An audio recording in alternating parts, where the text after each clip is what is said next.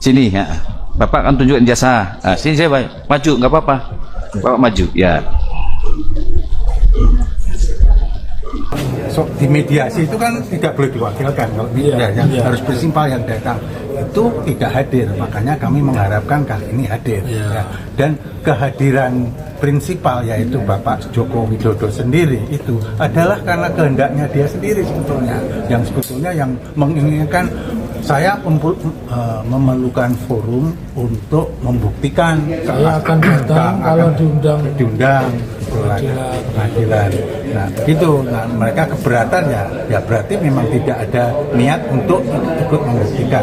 Dan yang soal kesaksian hari ini atau soal keterangan ahli hari ini, pertama Dr. Tifa sudah mengatakan bahwa foto yang ada di ijazah itu ya 92,37% itu adalah bukan Jokowi. Ya, foto yang ada di ijazah dan ada di foto kan mengatakan 97% berdasarkan metode facts itu ya, factual apa tadi analisis apa coding system ya, itu FACS ya. Itu adalah 92,37% ya 92,7% itu adalah bukan Jokowi, kira-kira begitu. Beliau secara ilmiah tidak mengatakan begitu ya, hanya dikatakan nah itu karena itu kan ini perlu disanggah oleh Bapak Jokowi sendiri. Itu itu kan kepentingannya Pak Jokowi, bukan kepentingan kami ya. Kalau begitu berarti kalau di dalam hukum perdata itu adalah kekuatan pembuktian itu asasnya itu preponderance ya. Artinya siapa yang lebih kuat membuktikan itu yang harus dimenangkan. Nah sekarang ini pihak tergugat kan sama sekali tidak membuktikan, mendatangkan ahli juga tidak ya, sehingga sebetulnya skornya itu adalah bahwa lebih banyak pembuktian itu ada pada kami. Nah, sehubungan dengan apa yang disampaikan oleh Pak Gunatua di akhir tanya jawab tadi, pemberian keterangan ahli tadi adalah mengenai isu ijazah ya. Soal identik tadi dikatakan identik itu tidak ada identik itu tidak sama dengan otentik, itu jelas ya. Yang dikatakan adalah apakah dokumen ini adalah privat, bersifat privat atau bersifat publik ya. Yang sepanjang yang kami ketahui itu bersifat publik apabila beliau menjelaskan, nanti biar beliau sendiri yang menjelaskan, tapi ya, yang dia sampaikan itu adalah, atau yang kami ketahui sebagai keterangan yang dia sampaikan itu adalah bahwa informasinya itu adalah milik publik ya. Hanya kalau bendanya ya memang pribadi, nggak boleh kita minta dipinjam gitu kalau dia nggak mau. Hanya informasinya kan yang kita minta kan mau memperoleh informasi asli atau tidak, itu yang kita minta, bukan meminta agar kita pinjam fisiknya gitu. Pak Gunawan silakan. Ya teman-teman, selamat datang kembali di channel ini. Hakim Binsar Gultom pertanyakan ya Roy Suryo CS gugat ijazah Jokowi. Ini kan sudah bermanfaat untuk negara. Nah, kasus ijazah Pak Jokowi teman-teman masih terus bergulir dan masih belum ada penyelesaian sampai sekarang. Ya, walaupun Polda Metro Jaya sudah menunjukkan ijazah Pak Jokowi katanya kepada para tersangka, malah ketika mereka menunjukkan itu kepada para tersangka, maka Roy Suryo CS ini malah menambah keyakinan mereka tentang ijazah Pak Jokowi. Ya, walaupun nantinya 2 orang berkunjung ke rumah Pak Jokowi, ya, yaitu Egy Sujana dan Damai Hari Lubis, dan dikabarkan mereka mengakui ijazah Pak Jokowi di sana, dan dikabarkan lagi bahwa katanya mereka minta maaf dan lain sebagainya. Nah, tetapi yang 6 orang, karena 8 orang yang jadi tersangka, yang 6 orang masih ya berada pada perjuangan untuk mencari kebenaran ijazah Pak Jokowi asli atau tidak. Oke, di sini dikatakan, kita lihat apa yang disampaikan oleh Binsar Gultom dalam kasus ijazah Pak Jokowi ini. Dia menanggapi bagaimana perjuangan dari Roy Suryo CS dalam mengungkap kebenaran ijazah Pak Jokowi. Hakim Tinggi Pengadilan Tinggi, ya, Hakim Tinggi Pengadilan Tinggi PT Jakarta Profesor Dr. Binsar Gultom mempertanyakan kepentingan Roy Suryo dan kawan-kawan dalam menggugat ijazah mantan Presiden Joko Widodo atau Jokowi. Hal ini disampaikan oleh Binsar saat hadir dalam Sinar On Point with Edisti di Kompas TV, dikutip tribunnews.com pada hari Kamis 15 Januari 2026. Binsar mempertanyakan apa yang menjadi kekuatan hukum bagi Roy Suryo CS dalam menggugat ijazah Jokowi. Nah, seorang hakim ini teman-teman, Binsar Gultom, mempertanyakan apa maksud dan tujuan dan kepentingan dari Roy Suryo ini. Ya, terus-menerus mempertanyakan tentang keaslian ijazah Pak Jokowi. Karena kata Binsar Gultom ini sudah berguna, bermanfaat bagi negara. Artinya maksudnya bahwa dengan ijazah itu maka Pak Jokowi bisa menjadi seorang presiden. Nah, padahal ijazah Jokowi sudah digunakan untuk mengikuti pemilihan umum sejak menjadi wali kota hingga presiden selama 2 periode.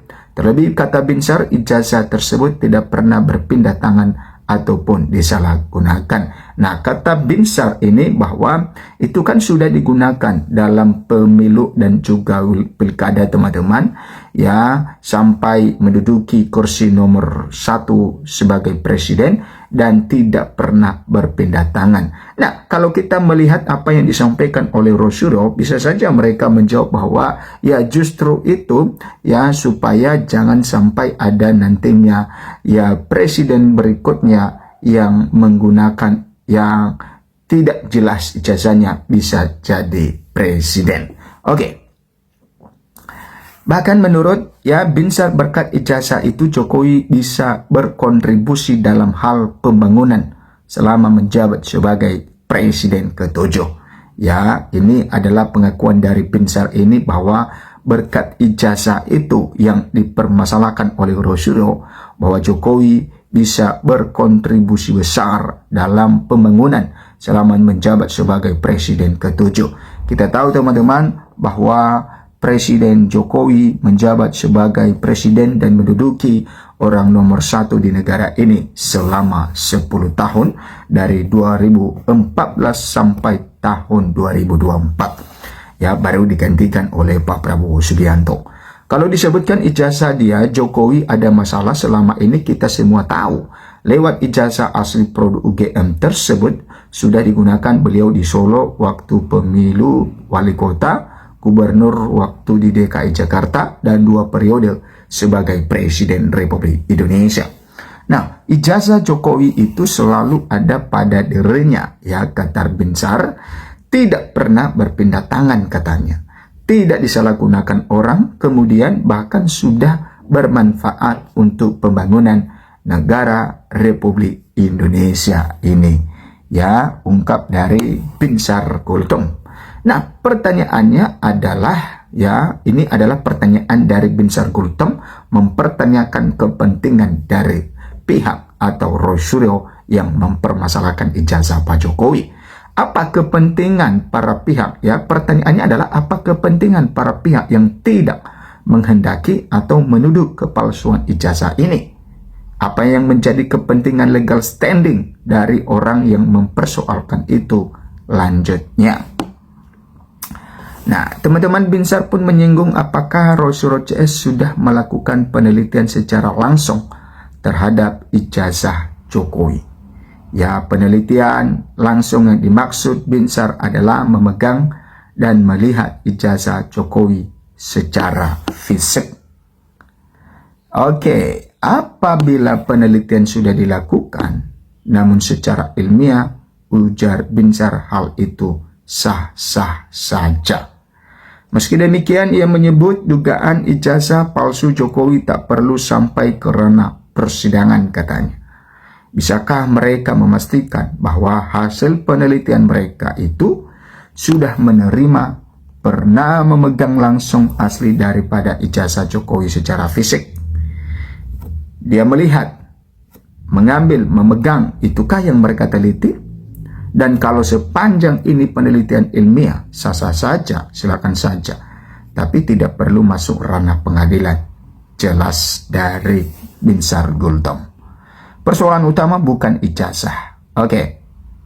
Itu adalah yang disampaikan oleh Binsar Gultom ya, menanggapi bagaimana polemik ijazah Pak Jokowi ini dan bagaimana perjuangan dari Rosyuro CS ini ya, mempertanyakan keaslian ijazah Pak Jokowi. Dia mempertanyakan bagaimana dengan kepentingan mereka ya.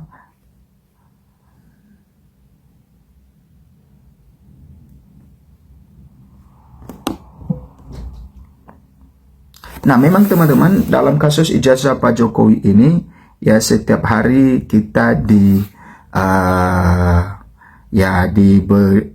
diperhadapkan dengan perdebatan-perdebatan yang tak berkesudahan ya, seperti yang disampaikan oleh Adi Prayitno bahwa ini sampai tahun 2026 ya tidak akan pernah selesai tentang kasus ini ya. Dan memang benar teman-teman bahwa setelah tahun 2025 dan masuk tahun 2026 masih ya kita disuguhkan mengenai ya kasus ijazah Pak Jokowi ini yang tak berkesudahan.